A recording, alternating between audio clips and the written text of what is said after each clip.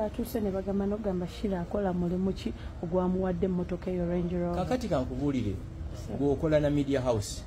nsibyeyo emikono gyange wano ebiri njagala wano media personality mu Uganda akola sente zakola mumulaba mabaala age ekiro gonna mumulooza mwali mu kuspendinga sente she earns money. Frank Gashumba avudde na congratulatinga Muwalawe Sheilah Gashumba oluvannyuma lw'okutuukaako ekkula ly'okugula emmotoka. On top of that n'amudifendinga ne mu public okusinza kwabo bali mu kubeera nga bacriticinga Muwalawe nga beebuuza sente azijjawa simanya yandibanga waliwo emirimu emirala gy'akola simanya kino simanya kiri. Frank Gashumba avudde butereevu n'abategeeza omulimu Sheilah Gashumba Muwalawe gwakola n'engeri gy'akolamu ssente ze.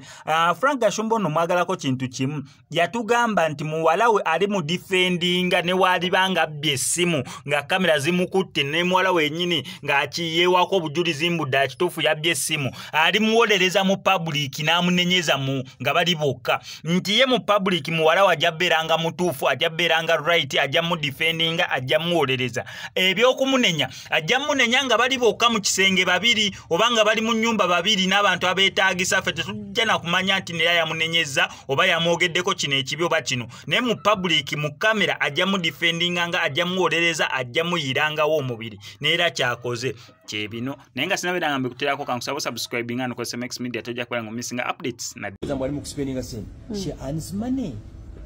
buli invent gye muwalako there is a percentage on it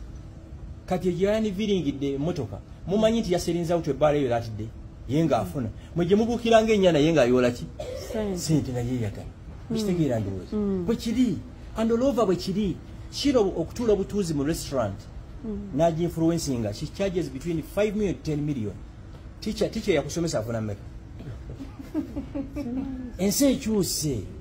ate namwe musobola okukozesa social media ne musinga mbuulirayo wano media personality amusinga following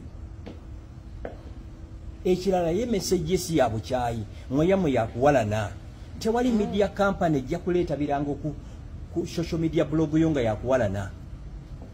Who was the youngest young girl accredited to cover Chogam 2007? It was her. Who was the youngest first African female young girl go accrediting or covering a BET? Omanyi mubyerabira tetubyerabira sebo mutegedde ndowooza kwekyo bibiri nze Sheilah singa yaguze private jet nali badde ku party nenze muluka yange yasooka najigula ndi 22 years you get this nali badde ku party ne motoka no ne mumumbulire yazikola njagala Sheilah asulewo ebyapa ne bank statement simple kubanga banka zonna kati bu banking nga checking eva mu Kampala Sheraton bank eraga ndio banki nze check ya milioni 10 Kampala Sheraton yekoze eki yekusasula ne banegolo kwa balina akasajja otegera ndowooza eyavudde kasubi ku kaboda nga kamububa naye avuma you get it